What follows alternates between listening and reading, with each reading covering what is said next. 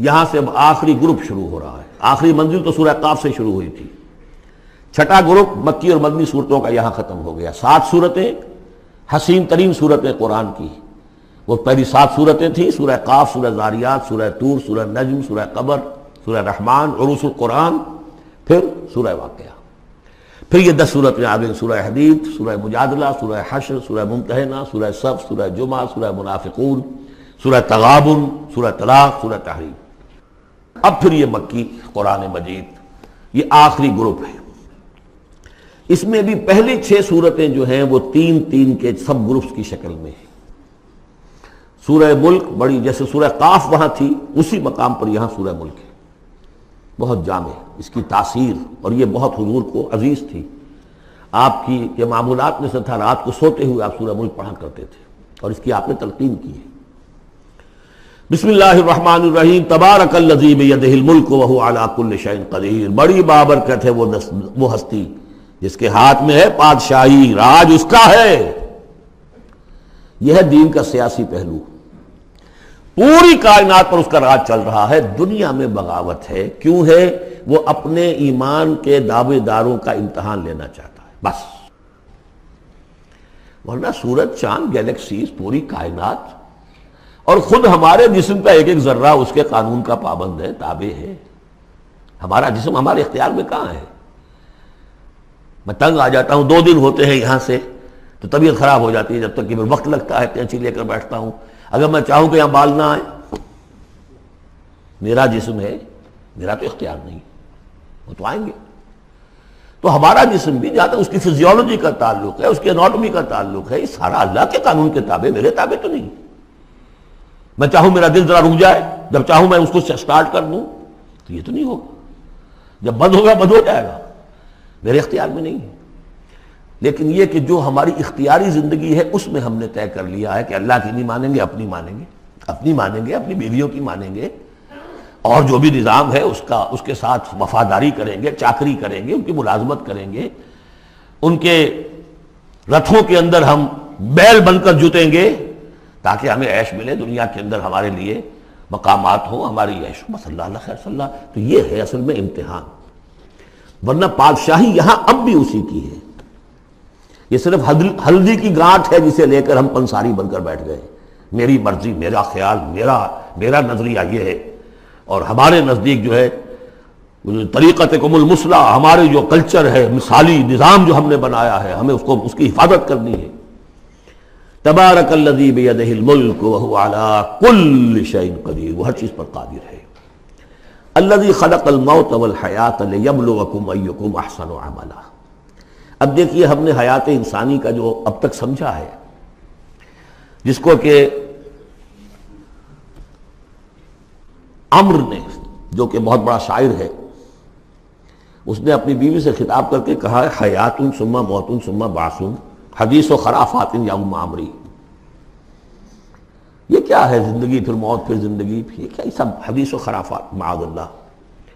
ہم نے بھی دیکھا پہلے کنتم امواتا فاحیاکم ثم یمیتکم ثم یحییکم ثم الیہ ترجعون. یہ وقفے کیوں ڈالے گئے؟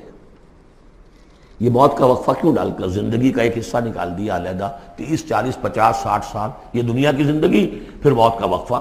موت ایک زندگی کا وقفہ ہے، یعنی آگے بڑھیں گے دم لے کر. کیوں؟ اس کی حکمت بتائی جو ہم پڑھائیں سورہ واقعہ میں. قدرنا بینکم الموت، تمہاری ہی زندگی کا تسلسل ہے جس میں ہم نے ایک وقفہ موت کا ڈال دیا ہے. حیات لیبلوکم ایکم احسن عملا. یہ جو چنک علیحدہ کیا ہے یہ اس لیے کہ تمہاری آزمائش ہو، امتحان ہو، تمہیں جانچا جائے. وہ 3 گھنٹے کا امتحان ہوتا تھا جو دیتے تھے تم کبھی اسکولوں میں، اب یہ 30 برس کا سمجھ. اور واقعی 30 برس ہی ہوتے ہیں آدمی کے پاس. پہلی زندگی کے 20-25 برس ویسے گزر گئے، شعوری ابھی نہیں ہے. اور پھر ایک خاص عمر کے بعد جو ہے اعضاء ڈھیلے پڑ گئے، اور پھر یہ کہ کہ لا یعلم من بعد علم شیئا. 30 نہیں ہوں گے، 40 مل جائیں گے آدمی کو. کام تو یہی ہوتا اس کی زندگی کا.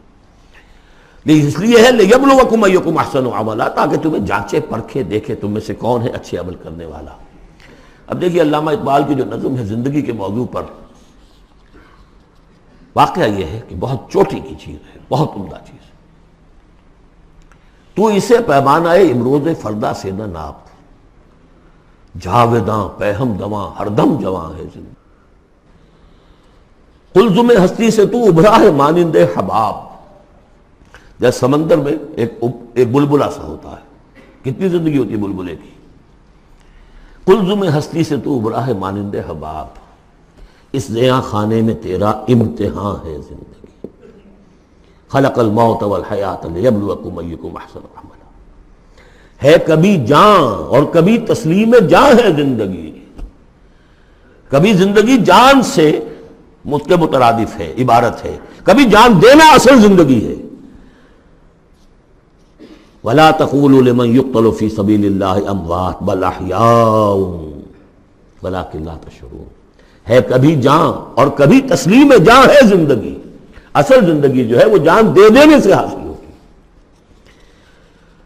الذی خلق سبع سماوات طباقا، وہ اللہ جس نے بنائے 7 آسمان ایک دوسرے کے اوپر۔ آیات متشابہات میں سے ہے۔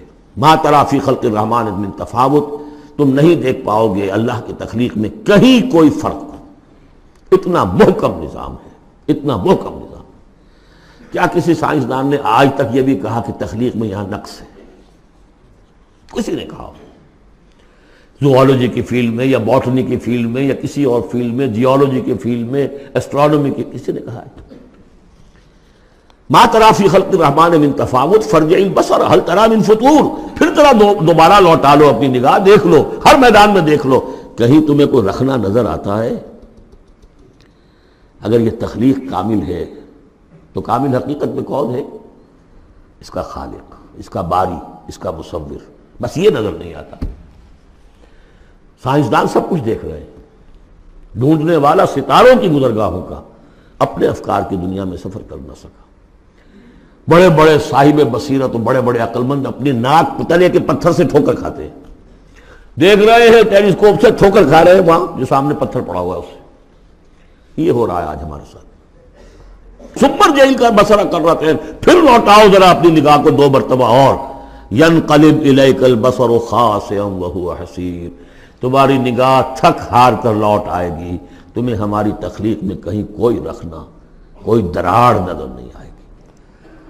وَلَقَدْ زَيَّنَّا السَّمَاءَ الدُّنْيَا بِمَصَابِيحَ وَجَعَلْنَاهَا رُجُومًا لِلشَّيَاطِينَ وَأَعْتَدْنَا لَهُمْ عَذَابَ السَّعِيرِ،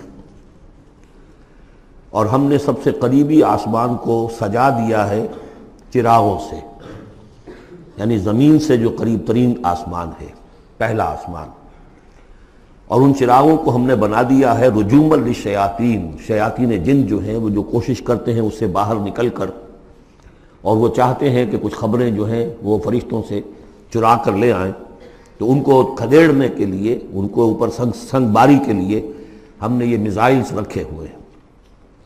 وَأَعْتَدْنَا لَهُمْ عَذَابَ السَّعِيرِ، اور ان کے لیے ہم نے تیار کر رکھا ہے جلا دینے والا عذاب۔ وَلِلَّذِينَ كَفَرُوا بِرَبِّهِمْ، اور جو لوگ اللہ کا، اپنے رب کا کفر کریں، چاہے وہ انسان ہو چاہے جنات ہوں، ان کے لیے ہے عذاب جہنم، جہنم کا عذاب، وَبِئْسَ الْمَصِيرُ، اور وہ بہت ہی برا ٹھکانہ ہے۔ اذا القوا فیہا سمعوا لہا شہیقا وہی تفور، جب وہ اس میں جھونکے جائیں گے تو سنیں گے کہ وہ دھاڑ رہی ہوگی، اچھل کود رہی ہوگی، اس کا جوش و خروش ہوگا، جو سورہ قاف میں ہم نے پڑھا تھا کہ ہم اس سے پوچھیں گے حل امتلأت وتقول حل من مزید، وہ اور چاہے گی۔ جیسے کوئی بھوکا بھیڑیا ہو یا بھوکا شیر ہو اور اس کے آگے کوئی شکار ڈالا جائے تو جس طریقے سے وہ اس پر غرا کر آئے گا، تکاد تمیز من الغیظ، قریب ہوگا کہ وہ اپنے غصے سے پھٹ جائے۔ کلما القی فیہا فوج، جب کبھی بھی اس میں ایک فوج ڈالی جائے گی، یعنی یہ کہ ایک قوم کے بعد دوسری، دوسری کے بعد تیسری، وہ تو ہو رہا ہے، وہم یوزعون، ان کے درجہ بندی کی جائے گی، قوموں کا علیحدہ علیحدہ حساب ہوگا۔ سألہم خزنتہا، تو جو جہنم کے داروغہ ہیں وہ ان سے کہیں گے الم یاتکم نذیر، کیا آپ کے پاس کوئی خبردار کرنے والے نہیں آیا؟ قالوا بلا، وہ کہیں گے آیا تھا، کیوں نہیں؟ قد جاءنا نذیر، ہمارے پاس خبردار کرنے والا آیا، فکذبنا، ہم نے انہیں جھٹلا دیا تھا۔ وقلنا ما نزل اللہ من شیء، اور ہم نے کہا کوئی شے نہیں اتاری اللہ نے، یہ تم خام خواہ کہہ رہے ہوگے تم پر کوئی قرآن اترا ہے یا تورات اتری ہے۔ ان انتم الا فی ضلال کبیر، ہم نے اس سے بھی بڑھ کر کہا کہ تم تو خود کسی گمراہی میں ہو، کھلی گمراہی میں مبتلا ہو گئے ہو، تمہیں کوئی آسیب آ گیا ہے یا کچھ اور ہو گیا ہے۔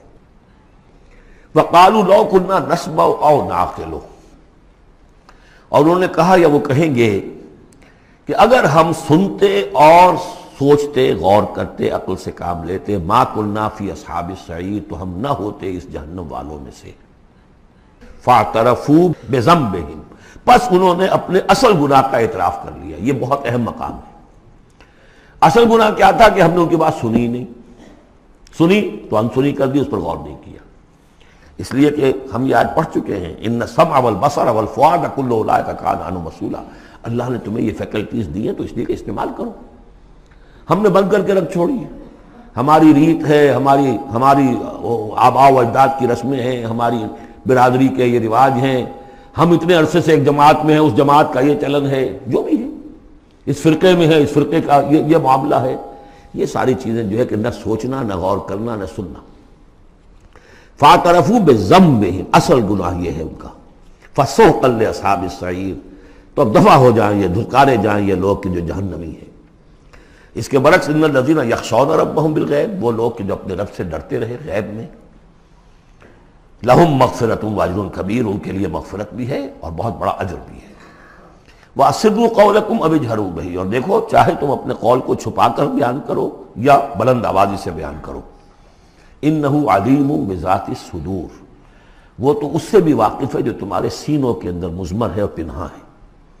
أَلَا يَعْلَمُ مَنْ خَلَقَ، بڑی اہم آیت ہے یہ وہ حصے ہیں قرآن کے یہ کہ جن کو اس طریقے سے ازبر ہونا چاہیے اگر بات کرنا چاہتے ہیں، آپ دین کی وہ خدمت کرنا چاہتے ہیں۔ کیا وہی نہ جانے گا جس نے پیدا کیا؟ ایک ایسی بات ہے کہ جس کا کوئی انکار کر ہی نہیں سکتا۔ گھڑی بنانے والے کو تو معلوم ہے میں نے اس میں کیا کیا پرزے رکھے ہوئے ہیں، مجھے نہیں معلوم، میں اس کا استعمال تو کر رہا ہوں، مجھے بتا دیا یہ بٹن دبا دیں یہ آن ہو جائے گا، لیکن یہ کہ جس نے بنایا ہے کیا اس سے چھپی ہوئی کوئی چیز ہے؟ الا یعلم من خلق وهو اللطیف الخبیر، اور وہ تو بہت باریک بین ہے، ہر شے کی خبر رکھتا ہے۔ هو الذی جعل لکم الارض ذلولا، اسی نے تمہارے لیے زمین کو بنا دیا ہے پست، تابع حکم، تمہارے قدموں میں بچھی ہوئی ہے غریب، جتنا چاہتے ہو اس کو تو رونتے ہو، پامال کرتے ہو۔ فمشوا فی مناکبہا، چلو پھرو اس کے کندھوں کے مابین، گویا کہ یہ بھی کوئی بہت بڑا ہاتھی ہو، اس کے کندھوں کے مابین اتنی جگہ ہے، چل پھر رہے ہیں۔ جیسے چیونٹی کسی ہاتھی کے کندھوں کے درمیان چل رہی ہو تو وہ تو سمجھتی ہوگی کہ فٹ بال کا میچ کھیلنے کی جگہ مجھے مل گئی ہے۔ تو یہی حال ہمارا ہے، ہم جسے بہت وسیع سمجھتے ہیں کیا وہ کچھ بھی نہیں۔ فمشوا فی مناکبہا وکلوا من رزقہ، اور اسی کے رزق میں سے کھاؤ پیو، اسی زمین میں سے تمہارا رزق بھی برآمد ہو جائے گا۔ وإلیہ النشور، یہ یاد رکھو کہ پھر اللہ ہی کی طرف اٹھ جانا ہے، یہ اٹھنا ہے۔ آمنتم من فی السماء ان یخسف بکم الارض فاذا ہی تمور، کیا تمہیں کوئی خوف نہیں رہا؟ بالکل تم نچنت ہو گئے ہو اس آسمان والے سے جو آسمان میں ہے کہ وہ کہیں تمہیں زمین میں خسف نہ کر دے، دھسا نہ دے، فاذا ہی تمور، جبکہ وہ لرزے، زلزلہ آئے، شق ہو جائے اور تم چلے جاؤ۔ ام امنتم من فی السماء ان یرسل علیکم حاصبا، کیا تمہیں کوئی ڈر نہیں رہا کہ اللہ تعالیٰ جو ہے وہ آسمان والا تم پر بھیج دے کوئی ایسا جھکڑ تیز آندھی جس میں پتھر چلے آ رہے جو بلٹس کا کام کرے اور میزائلز کا کام کرے۔ فَسَتَعْلَمُونَ كَيْفَ نَذِيرٌ، پھر تمہیں معلوم ہو جائے گا کہ میرا خبردار کرنا کیسا تھا، کیا اس کا نتیجہ تھا۔ وَلَقَدْ كَذَّبَ الَّذِينَ مِن قَبْلِهِمْ، اور یقیناً جو ان سے پہلے تھے انہوں نے بھی جھٹلایا تھا۔ فَكَيْفَ كَانَ نَكِيرٌ، تو کیسا ہوا میرا ان کو پکڑنا اور میرا عذاب۔ اَوَلَمْ يَرَوْا إِلَى الطَّيْرِ فَوْقَهُمْ، کیا یہ دیکھتے نہیں پرندوں کو جو ان کے اوپر ہیں؟ صافات ویقبضن، کبھی انہوں نے اپنے پر پھیلائے ہوتے ہیں، کبھی ان کو سکیڑ لیتے ہیں۔ ما یمسکہن الا الرحمن، نہیں روکے ہوئے انہیں اس فضا کے اندر مگر رحمان۔ انہ بکل شیء بصیر، یقیناً وہ ہر چیز کو دیکھ رہا ہے۔ یعنی جو قانون طبیعی ہے جس کے تحت وہ چل رہا ہے وہ تو اللہ کا بنایا ہوا ہے۔ امن ھذا الذی هو جند لکم ینصرکم من دون الرحمن، بھلا وہ کون ہے جو تمہارا لشکر بن جائے اور تمہاری مدد کرے رحمان کے مقابلے میں؟ ان الکافرون الا فی غرور، نہیں ہے یہ کافر مگر دھوکے میں آ گئے، بہکاوے میں آ گئے۔ امن ھذا الذی یرزقکم من امسک رزقا، پھر بھلا کون ہے وہ جو تمہیں رزق دے سکے اگر اللہ اپنے رزق کے خزانوں کو روک لے؟ بل لجوا فی عتو و نفور، نہیں یہ لوگ اپنی شرارت میں اور نفرت میں بہت آگے بڑھ گئے۔ افمن یمشی مکبا، یہ آیت بہت اہم ہے حکمت قرآن کے اعتبار سے، فلسفے کے اعتبار سے۔ افمن یمشی مکبا علی وجہہ اہدی امن یمشی سویا علی صراط مستقیم، دو انسانوں کا تصور کرو، ایک شخص وہ ہے کہ جو اوندھے منہ پیٹ کے بل گھسٹ رہا ہے، ایک وہ جو سیدھا کھڑا ہے، سیدھے راستے پر چل رہا ہے۔ کون ہوگا زیادہ ہدایت پر؟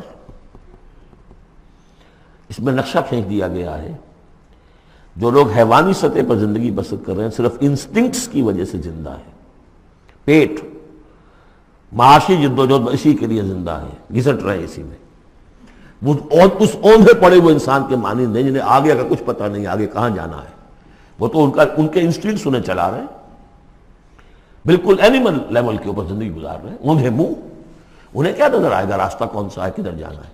ایک شخص کھڑا ہے سیدھا، اپنی منزل اس نے معین کر لی ہے۔ یہ بالکل وہی فلسفہ ہے جو سورہ حج میں آ چکا ہے۔